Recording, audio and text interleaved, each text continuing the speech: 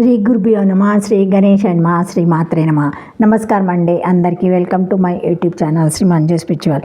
మనం శ్రీ లలిత సహస్రనామ స్తోత్ర నామాలకు ప్రతిపదార్థాలు తెలుసుకుంటున్నాం కదా, శ్రీ మాత్రే నమ. కానీ అంతకంటే ముందుగా మీరు కనుక మన ఛానల్ని మొదటిసారి చూసి ఉంటే తప్పకుండా ఒక లైక్ ఇవ్వండి, షేర్ చేయండి, నచ్చితే సబ్స్క్రైబ్ చేసుకోండి, కామెంట్ పెట్టండి. దయచేసి వీడియోని ఎక్కడ కూడా స్కిప్ చేయకుండా చివరి వరకు చూసే ప్రయత్నం మాత్రం చేయండి. శ్రీ మాత్రే నమ. 872 నామము త్రాయి. దయచేసి వీడియోని ఎక్కడ కూడా స్కిప్ చేయకుండా చివరి వరకు చూసే ప్రయత్నం మాత్రం చేయండి. శ్రీమాత్రే నమః. ఇంకా వీడియోలోకి వెళ్ళిపోదాము. 872 నామము త్రాయి, 2 అక్షరముల నామం. ఈ నామంతో అమ్మవారికి నమస్కరించేటప్పుడు త్రాయాయ నమః అని చెప్పాలి. త్రాయి 3 రూపము. ఋగ్వేద, సామవేద, యజుర్వేద త్రయాన్ని సరళంగా త్రాయి అంటారు. త్రాయి అంటే 3కి సంబంధించినదని సూటి అర్థమైన సాధారణంగా ఆ 3ని ఋక్స యజుర్వేద త్రయానికి అన్వయిస్తారు. సామవేదం శ్వాసకు సంబంధించినది. ఋగ్వేదం కంఠనాదానికి, కంఠం నుండి వెలువడే వాక్యానికి, దాని అర్థానికి సంబంధించినది. వేదాల సమన్వయంతో ఉండే అథర్వణ వేదం దేహానికి సంబంధించినది. ఈ విధంగా ఈ వేదాలు మనతో సంబంధమును కలిగి ఉన్నాయి. అంటే దేహానికి కారణమైన ఆత్మేశ్వరి ఋక్సమాయ్ యజుర్వేద సమన్వయమైనదని ఈ విభజన తెలుపుతుంది. ఈ విషయం దేవీ పురాణంలో కూడా ఋక్వాశ్చుస్వహ భగేన సంగవేదాత గత యత త్రాయిక కథ్యతే లోకా దృష్ట ప్రసాదిని అని చెప్పబడుతుంది. ఋగ్వేద, సామవేద, యజుర్వేద రూపంలో ఉండే దేవి ఆధ్యాత్మిక వాజ్మేయ గ్రంథాల్లో త్రాయాన్ని చెప్పబడింది అని పై శ్లోకానికి అర్థము. ఈ 3 వేదాల ప్రారంభ అక్షరాలు మరో ముఖ్యమైన విషయాన్ని సూచిస్తాయి. సామవేదం ఆకారంతో ప్రారంభమవుతుంది. ఋగ్వేదం కూడా ఆకారంతో మొదలవుతుంది. ఇంకా యజుర్వేదము ఈకారంతో ప్రారంభమవుతుంది. అంటే ఈ 3 వేదాల ప్రారంభ అక్షరాల కలయిక ఆ+ఈ అవుతుంది. చివరి అక్షరాల కలయిక ఆ+ఈ = ఏ అవుతుంది. గుణసంధి. అప్పుడు మొదటి అక్షరం ఆతో ఏ కలిసినప్పుడు వృద్ధి సంధి వలన ఐ అవుతుంది. 3 వేదాలు సూచించే 3 అక్షరాల మధ్య ఈ విధమైన సంధి సూత్ర ఫలితాలను బట్టి ఏర్పడే ఐ అక్షరాన్ని మంత్రశాస్త్రంలో వాగ్భవ బీజం అంటారు. ఈ వాగ్భవ బీజము జ్ఞానస్వరూపిణి, వాగ్దేవి స్వరూపిణి అయిన అమ్మవారిని సూచిస్తుంది. కాబట్టి అమ్మవారు త్రాయి అయ్యింది. త్రాయి అంటే 3 వేదాల సమన్వయ స్వరూపిణిగానే కాకుండా గర్వపత్య, ఆవహనీయ, దక్షిణాగ్ని నామాలతో సూచించే త్రేతాగ్నుల సమన్వయ స్వరూపిణి అని, అలాగే భూ, భువ, సుహ అనే త్రివ్యావృతుల సమన్వయ స్వరూపిణి అని, సోమ సూర్వాగ్నుల సమన్వయ స్వరూపమని కూడా గ్రహించవచ్చును. కానీ త్రాయి అనే పదము సాధారణంగా ఋక్సమాయ యజుర్వేదానికి ఉపయోగిస్తారు. ఋక్సమాయ యజుర్వేదాల సమన్వయ స్వరూపాన్ని అని ఈ నామానికి అర్థము. శ్రీమాత్రే నమః.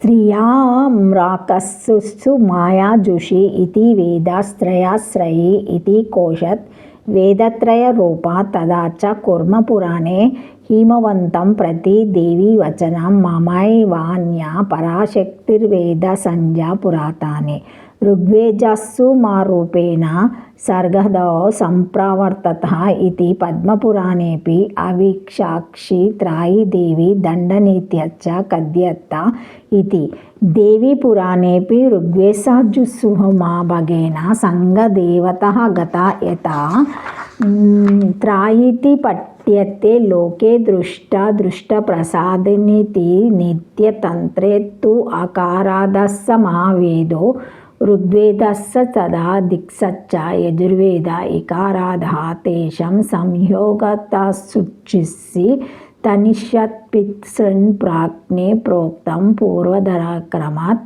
విలక్ష్య యజోహేత్పార్వం శబ్దశాస్త్రేయ సారాత గుణసంధ్యం ఋగ్వేజుషం తతేస్తు స్థావర పరం తదా వృద్ధిసంధ్యానం సమ యజుర్వేదిత్యాపానం చూచేర్వః పురుషోత్తేన త్రాయి మాయి విద్యా కార్యకరణో యోగత ఇత్యుక్తం. ఆత్ర శుచిశబ్దేన వాగ్భావం బీజముచ్యతే తేన తాద్రూపేత్యర్థో వః. వేదత్రయ స్వరూపురాలు, వాగ్భవ బీజ స్వరూపురాలు, ఋగ్వేద యజుర్వేద సామవేదములు మూడింటిని త్రాయి అని పేరు నిఘంటువులలో కలదు. ఈ త్రాయి శబ్దమునకు వేదత్రయ స్వరూపురాలని అర్థము. కుర్మ పురాణం నందు హిమవంతునితో దేవి పలికిన వచనము కలదు. పురాతనమైన ఆ పరాశక్తిని వేద సంధ్య కలిది సృష్టాద్యు ఋగ్వేద యజుర్వేద సామవేద రూపమున ప్రవర్తించుచున్నది అని పద్మపురాణమందు ఓ దేవి అనిశ్వాక్షాక్షిత్రయి దండనీతి ఇవి అనియు నీ స్వరూపంలే అనియు చెప్పబడునని గలదు. దేవి పురాణమునందు దేవి ఋగ్వాజుస్మ వేదములందు అంగములందున్నది కావున ఈ దేవి త్రై అని వ్యవహరించుచున్నారు. ఈ వేదత్రయి దృష్టఫలమును అదృష్టఫలమును కూడా సాధించుచున్నది. నిత్య తంత్రములలో మాత్రము వేరొక విధముగా త్రాయి శబ్దార్థము వర్ణించుచున్నారు. అది ఎట్లనగా సామవేదము మొదటి అక్షరము ఆకారము, అట్లే ఋగ్వేద అక్షరం కూడా అగ్నిమీలహలో ఆకారం, యజుర్వేద అక్షరము ఇషత్వాలోని ఈకారము. ఈ మూడచ్చులకు వ్యాకరణ శాస్త్ర ప్రకారము సంధి చేసినచో చూచి బీజము వాగ్భవ బీజము పుట్టును. సంధి చేయు పద్ధతిని తెలిపెదను. ముందుగా ఋగ్వేదాసులకు సంధి చేయవలెను అనగా ఆ ప్లస్ ఈ వినికి గుణసంధి చేయగా ఏ అగును. తర్వాత సామవేదమును పూర్వాధార క్రమమున పూర్వాచ్చును దీనితో కూర్చినచో ఆ ప్లస్ ఏ వృద్ధి సంధి కలిగి ఐ అను వాగ్భవ బీజము కలుగును. ఈ బీజము మూడు వేదములో అధ్యాక్షరములతో ఉత్పన్నమగుటచే త్రాయిమై అని చెప్పబడును. మొత్తం మీద త్రాయి శబ్దమునకు వాగ్భవ బీజము అర్థము కలిగినది. అట్టి వాగ్భవ బీజ స్వరూపురాలు 2 అక్షరముల నామము. శ్రీమాత్రే నమః. Thank you for watching my video. Please like, share, comment, subscribe to my channel. మరిన్ని వీడియోస్తో మళ్ళీ కలుస్తానండి. ఈ వీడియో కనుక మొదటిసారి ఎవరైనా చూసి ఉంటే తప్పకుండా ఒక లైక్ ఇవ్వండి, షేర్ చేయండి, నచ్చితే సబ్స్క్రైబ్ చేసుకోండి, కామెంట్ పెట్టండి, షేర్ చేయండి. శ్రీమాత్రే నమః. ఓం నమః శివాయ. Thank you.